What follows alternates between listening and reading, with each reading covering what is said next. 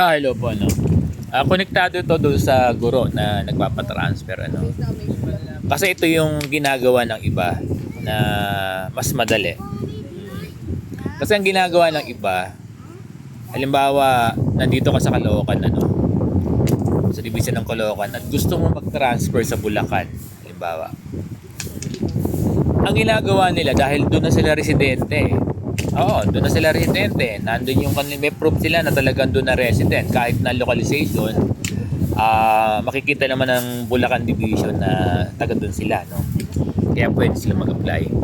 Ang ginagawa ng iba, at may mga nangyari ng ganito, no, na even din sa ano from the province, nag-transfer dito sa Caloocan, ano, ganun din ang ginawa nila. Huwag ka muna mag-resign kung ano yung current na ano mo na division in school. Halimbawa sa Caloocan, you intend to apply for ano, hindi mo na kailangan ano, yung regular process. Ang ginagawa is kapag nag-opening, nagkaroon ng call for hiring ang division ng isang ano, halimbawa Bulacan, yung teacher from Caloocan, ito ano to, real story to. Oo. May gumawa nito ngayon. At inaantay ko, nagpapasalamat siya dahil doon sa itinuro kong ano. Titingnan ko lang kung maano na siya. Pero pwede, wala nang problema kasi nag-apply sa Bulacan. Nag-apply siya ng ano, nag-undergo siya ng regular procedure ng hiring. Nag-submit siya ng papers niya. Kahit siya ay permanent o regular teacher dito sa Division of Caloocan. Alam ko wala namang mali doon. Kasi di ko lang alam kung teacher 3 na siya o provided na teacher 3. Kaya lang, pag lumipat ka, okay lang sa kanya na teacher 1 pa rin. Pero parang teacher 1 lang din siya, no? Teacher 1 pa lang din siya, ang kulit ko, no? So, ang ginawa niya is nag-apply sa Bulacan. Kasi may hiring na ron for teacher 1. Di ba sabay-sabaw naman yan eh. Nationwide yan. Nag-apply siya ron. Kasi meron ng mga gumawa na okay. Ngayon, kung matatanggap siya ron at magkakaroon na siya ng siguradong item doon sa Bulacan, saka siya mag-resign dito sa Caloocan. Pwede yun. Wala namang problema doon kahit malaman ng division na nag-apply ka doon na malaman nila na ikaw ay meron ng item. Kasi hindi naman kasi madadala yung item eh. 'Di ba? Bibigyan ka nila ng another item doon. Kaya lang kagandahan doon, naka-rank ka doon. Eh kasi yung mga division, kung sino yung mga local ranking nila, yung local applicants nila so doon sa kanilang region o division, yun ang priority nila. 'Di ba? Eh nagparank yung teacher doon na regular permanent teacher dito sa Division of Caloocan. Kaya pwede siyang i-accommodate doon kasi nasa regular ano naman siya. Rank list.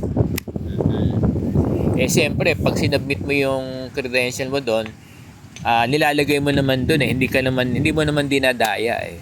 Kasi yung record mo na sinubmit doon ay record din ng Division of Caloocan. Yung iyong ano na ba yung service record. Munti ko nang malaman. Yun din na sinasubmit doon. At walang mali doon. Kasi regular process naman. At may hiring naman sila eh. Pero mga legal basis yan, di ba? Na kapag may mga hiring doon, ay pwede ka naman mag-apply kahit ikaw ay nandito sa Division of Caloocan. Pero may mga gumagawa na yan na ganyan na lang kesa yung regular process nila na through channel pa, no? It will take year. Oo, eto, pag nag-apply ka sa ibang division, kaya lang teacher 1. Oo, kasi ang vacant lang nila doon ay teacher 1. Pero, alam ko merong case na nag-apply siya ron, ang binigay sa kanya dahil teacher 3 siya rito. Teacher 3 din yung binigay sa kanya roon. Oo. Kasi binigay niya yung appointment niya, pinakita niya yung appointment niya sa Pangasinan naman to. Teacher namin sa Caloocan. Teacher 3 siya. Kaya lang baka nung nalamang teacher 3 siya, ang binigay sa kanya doon, teacher 3, ganon. No, pero bihira yun ha, bihira yun.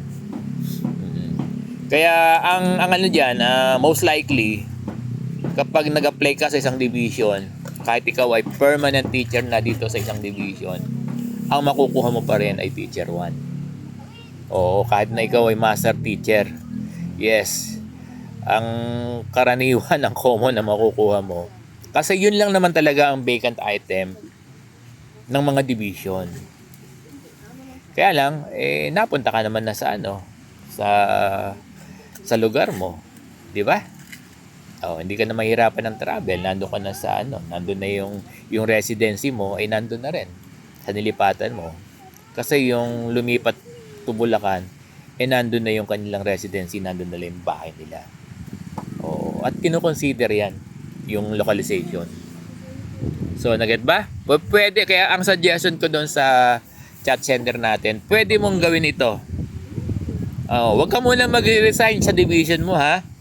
I-try mo munang mag-apply, ibigay mo yung mga service record mo, everything na sabihin, na-accumulate mo na dito sa division mo.